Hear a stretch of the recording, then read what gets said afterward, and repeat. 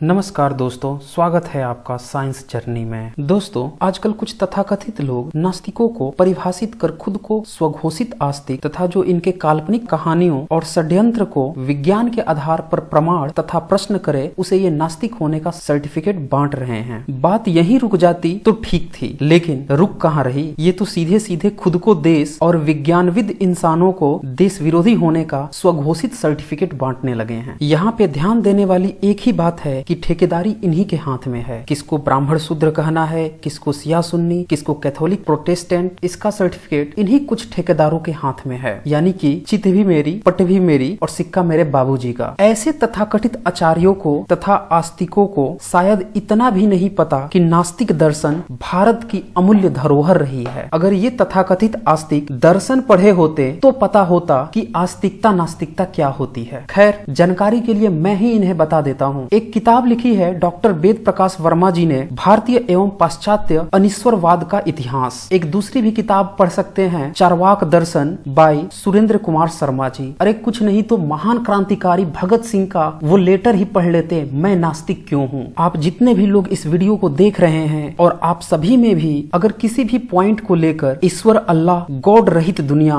भेदभाव रहित, हिंसा रहित, शोषण रहित, भ्रष्टाचार रहित, वर्ण रहित, धर्म संप्रदाय मजहब जाति रहित और साथ में नैतिक शिक्षा और साइंटिफिक टेम्पर की विचारधारा को, जिसे कि आजकल धर्म के तथाकथित प्रचारक नास्तिक वास्तविक या तर्कशील कहते हैं, में संदेह हो तो ये वीडियो सिर्फ और सिर्फ आपके लिए है। इस वीडियो को अंतिम तक देखें। आज मैं बताऊंगा आपको कि आस्तिकता और नास्तिकता का खेल क्या है और इन तथाकथित धर्म के ठेकेदारों को नास्तिकता से चिढ़ क्यों है। प्यू रिसर्च सेंटर, जो कि धर्म, कास्ट, जातियों से रिलेटेड सर्वे करती है, इसके जो लेटेस्ट आंकड़े हैं 2015 के, उस आंकड़ों पर एक बार नजर डालें। इसमें यह बताया गया है कि 31.2% क्रिश्चियंस हैं पूरी दुनिया में, जबकि मुस्लिम्स 24.1% है। तीसरे नंबर पर अनएफिलिएटेड हैं, यानी कि जो किसी भी धर्म से एफिलिएटेड नहीं है। और चौथे नंबर पे है हिंदूज, जो कि 15.1% जनसंख्या के साथ बना हुआ है। पांचवें नंबर पर बुद्धिस्ट हैं 6.9% और इसके बाद से छोटे मोटे कई सारे रिलीजन्स हैं। अगर इन आंकड़ों में टॉप 4-5 की बात की जाए तो इसमें से अनएफिलिएटेड को छोड़कर बाकी के क्रिश्चियन, मुस्लिम, हिंदू ईश्वरवादी हैं, जो कि अपने को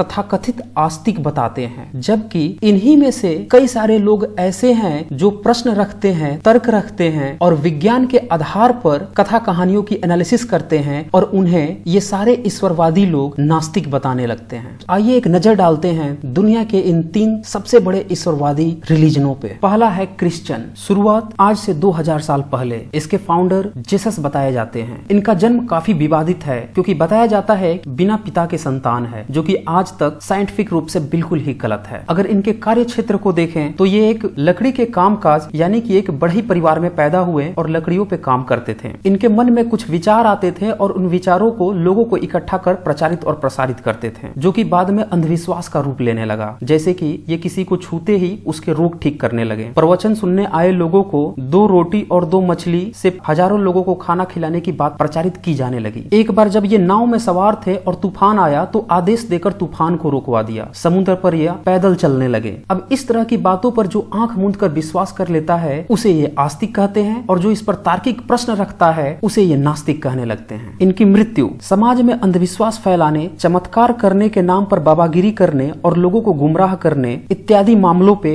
इन्हें सूली चढ़ाने की सजा हुई। और उसके पहले इन्हें बेरहमी से कोड़ों से पीट पीट कर सूली पर चढ़ाया गया। 3 दिन बाद इनके चेलों में से कुछ ने यह प्रचारित किया कि वो जिंदा होकर लौट आए हैं और उन्हें दर्शन भी दिए। अब इस तरह की कपोल कल्पित को जो मान ले वो आस्तिक, और जो प्रश्न करे, इसे सत्यता और विज्ञान के पहलुओं के आधार पर जांच करे, उसे नास्तिक होने का यह सर्टिफिकेट बांटने लगते हैं। अब जरा इसके सोशल इंपैक्ट पर नजर डालें। चमत्कार पे विश्वास, जो कि बिल्कुल ही अनसाइंटिफिक है। क्योंकि जीसस पे ही चमत्कार करने के आरोप हैं, तो ये रिलीजन वाले भी चमत्कार आंख मूंद के मानने लगते हैं। किसी भी तरह से इन्हें बरगलाया और गुमराह किया जा सकता है चमत्कार के नाम पर, जो कि साइंटिफिकली पूरी तरह से गलत है। चमत्कार नाम की कोई भी चीज नहीं होती। अब जो चमत्कार को मान ले उसे आस्तिक का सर्टिफिकेट, और जो न माने उसको ये नास्तिक का सर्टिफिकेट बांटने लगते हैं। दुनिया का दूसरा सबसे बड़ा रिलीजन मुस्लिम, 24.1% जनसंख्या पूरे वर्ल्ड में। फाउंडर मुहम्मद, जन्म 571 AD और मृत्यु 632 AD। बचपन में ही माता पिता का गुजर जाना, 25 साल की उम्र तक सामान्य जीवन जीना। कार्य क्षेत्र की बात करें, विवाहित लाइफ काफी विवादित, मसलन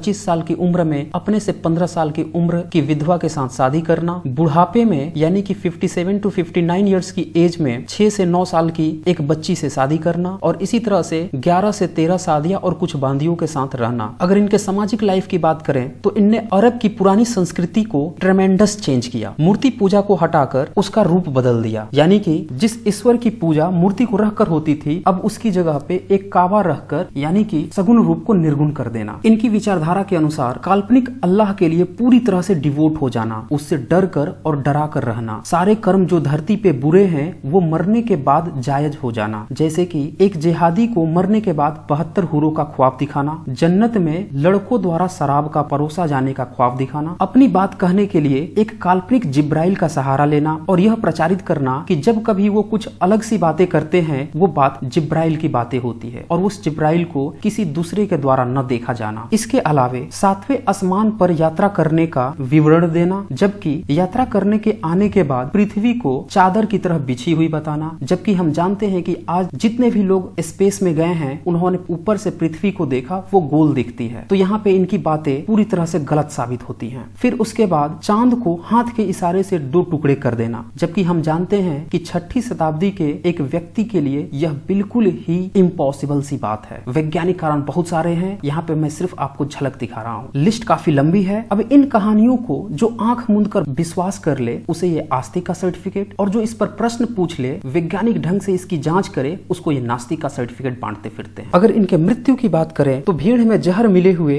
भोजन को खाने से बीमार पड़ जाना और लगातार 3 सालों तक बीमार रहना, काफी इलाज और चिकित्सा कराने के बावजूद भी ठीक न होना और इस दौरान किसी भी तरह का कोई चमत्कार न करना। अब इस रिलीजन की सामाजिक इम्पैक्ट की बात करें तो इसके ठेकेदार खुद को सबसे ज्यादा शांतिप्रिय होने की बात करते हैं, जबकि दुनिया की हर कोने में हिंसा फैलाने का आरोप लगते रहे हैं। और इसका कारण है इनकी जो धार्मिक किताब है कुरान, उसमें से कुछ विवादित आयतों का होना जो हिंसा के लिए उकसाती रही हैं। इनका दोहरा व्यवहार, सभी धर्मों के मजहबों से इस्लाम बनने के लिए अगर कोई व्यक्ति आता है तो उसका ये पूरी तरह से स्वागत करते हैं, जबकि कोई अगर इस्लाम को छोड़ने की बात करता तो उसके लिए फतवा जारी, कत्ल, डराने धमकाने को ये प्रोत्साहित करते हैं। अब इस रिलीजन की बातों को जो आंख मूंद के माने वो आस्तिक और जो न माने उसे ये नास्तिक का सर्टिफिकेट और उसे घृणा करने लगते हैं। आइए अब थर्ड ईश्वरवादी रिलीजन हिंदू को भी देख लेते हैं। दुनिया में इनकी संख्या 15.1% से भी ज्यादा है। आमतौर पे 3500 साल पहले सिंधु सभ्यता के पतन के बाद एक नई सभ्यता जन्म लेती है जिसे कि गंगा वैली सिविलाइजेशन भी कहा जाता है। शुरुआत में यहाँ पे नास्तिक दर्शन उभरते हैं जैसे कि चार्वाक दर्शन, बुद्धिज्म, जैनिज्म। अजित केश काम्बली वो भी नास्तिक दर्शन, चार्वाक दर्शन के काफी करीब होते हैं और इस तरह की विचारधाराएं लगातार 1500 सालों तक चलते रहती हैं। फिर विदेशी आक्रांताओं के आने के कारण यहाँ पे भी उन्हीं की तरह ईश्वरवादी मिक्सअप फैलने लगता है और उसका नतीजा ये होता है कि यहाँ भी 7वीं 8वीं शताब्दी के बाद मूर्ति पूजा, तरह तरह की कहानियां जो दादी नानी सुनाया करती थी, कथावाचक सुनाया करते थे, उन्हें कलेक्ट करके और 15वीं सदी में इन्हें लिखा जाने लगता है और इस तरह से काफी विवादित बातें भी उभर कर आती हैं। अब इन कथा कहानियों को जो मान ले वो आस्तिक और जो न माने, जो इस पर प्रश्न करे, वैज्ञानिक ढंग से इसकी सत्यता की जांच करे कि पहले आप बताओ तब हम मानेंगे, तो फिर उसे ये नास्तिकता का सर्टिफिकेट बांटने लगते हैं। अगर इसके सोशल इम्पैक्ट की बात करें तो ये विभिन्न जाति, वर्ण, गोत्र में बटे हुए हैं। खान पान, रहन सहन, पीढ़ी दर पीढ़ी एक दूसरे जाति वर्ण से नफरत करना, आपस में शादी विवाह न करना, रिश्ता न रखना, कुल मिला के भेदभाव के पुलिंदे को लेकर चलना और उसके पक्ष में अभी भी कुछ इसके ठेकेदार हैं, जबकि काफी जनता इससे इतर हटकर वैज्ञानिक सोच को बढ़ावा दे रही है और उन्हें ये तथाकथित ठेकेदार नास्तिक होने का सर्टिफिकेट बांटने लगे हैं। तो देखा आपने, ये थे दुनिया के 3 सबसे बड़े आस्तिक धर्म और ये सर्टिफिकेट बांटने चले हैं कि कौन है आस्तिक और कौन है नास्तिक। अगर इनकी कथा कहानियों को, कपोल कल्पित विचारधाराओं को आंख मूंद के आप मान लें तो आस्तिक, और इनसे प्रश्न कर लें, वैज्ञानिक ढंग से पूछताछ करें कि आप बताओ तो सही तब हम मानेंगे, तो फिर ये आपको नास्तिक होने का सर्टिफिकेट बांट रहे हैं। ऐसा नहीं है कि इन धर्मों में बुद्धिजीवी लोग नहीं है, इनमें भी कुछ बुद्धिजीवी लोगों ने समय समय पर अपने रिलीजन को रिफॉर्म करने की कोशिश की। जैसे ईसाइयों में प्रोटेस्टेंट आए, काफी विवाद हुई, हिंसा हुई, लेकिन उनमें कुछ सुधार भी हुआ। लेकिन रिलीजन नाम का जो टैग लगा था, जो अंधविश्वास लगा था, वो पूरी तरह से खत्म नहीं हुआ और इसलिए अंधविश्वास उसमें धरा का धरा रह गया। हिंदुज में भी रिफॉर्म करने के लिए समय समय पर काफी लोग आए और काफी तरह से बदलाव हुए, लेकिन जो टैग है रिलीजन का, धर्म का, जो कि अंधविश्वास को कहीं न कहीं से परोस लाता है, उसके ठेकेदार ऐसा ही करते हैं। अगर वो वैज्ञानिक रुख अपनाए तो मामला बदल सकता था, लेकिन वो भला ऐसा क्यों करने लगे? इससे तो उनकी दुकानदारी ही चली जाएगी। अंधविश्वास ही तो है जो उनकी धर्म की दुकानदारी को चला रहा है। तो इस कारण से इन रिलीजनों से पूरी तरह से अंधविश्वास कभी न खत्म हुआ, रिफॉर्म होने की काफी कोशिश की गई। इस्लाम में तो रिफॉर्म करने की कोशिश ही हिंसा में बदल जाती है और इसीलिए उसमें कोई रिफॉर्म नहीं हुआ, कट्टरता उसी की उसी तरह बरकरार रह गई और इसीलिए अब वो पूरी दुनिया में चाहे जितना भी अपने को शांतिप्रिय बताएं, लोगों में एक नेगेटिव इमेज लगातार बनते जा रही है। अब मुझे बताएं, ये तथाकथित आस्तिक क्या इनका ईश्वर अल्लाह गॉड पूरे मानव समुदाय को क्रिश्चियन, मुस्लिम, हिंदूज और तरह तरह के रिलीजन में बंटवारा कर रखा है, या फिर ईश्वर अल्लाह गॉड ये कोई आक्रमणकारी हैं जो दुनिया पे हमला करके खरबूजे की तरह अलग अलग जगहों पे लोगों को बांट रखे हैं और अपनी तरह से गुलामी करवा रहे हैं अपने अपने विचारधाराओं के अनुसार, और जब चाहें तब अपने अपने विचारधाराओं के कारण लोगों को आपस में लड़ा देते हैं, दंगे फसाद करवा देते हैं, हिंसा करा देते हैं। और जो इन बातों को नहीं मान रहा है उसको ये लोग नास्तिकता का सर्टिफिकेट दे रहे हैं। जो हिंसा रोकने की बात कर रहा है, जो समानता की बात कर रहा है, जो भेदभाव रहित दुनिया चाहता है। तो मेरा प्रश्न यह है कि ये सुपरनेचुरल ने इंसानों को इंसान बनने की बजाय ईसाई, मुस्लिम, हिंदू इत्यादि बनने को क्यों कहा? क्यों ये छोटी मोटी घटनाओं पे जब विज्ञान नहीं था तब कभी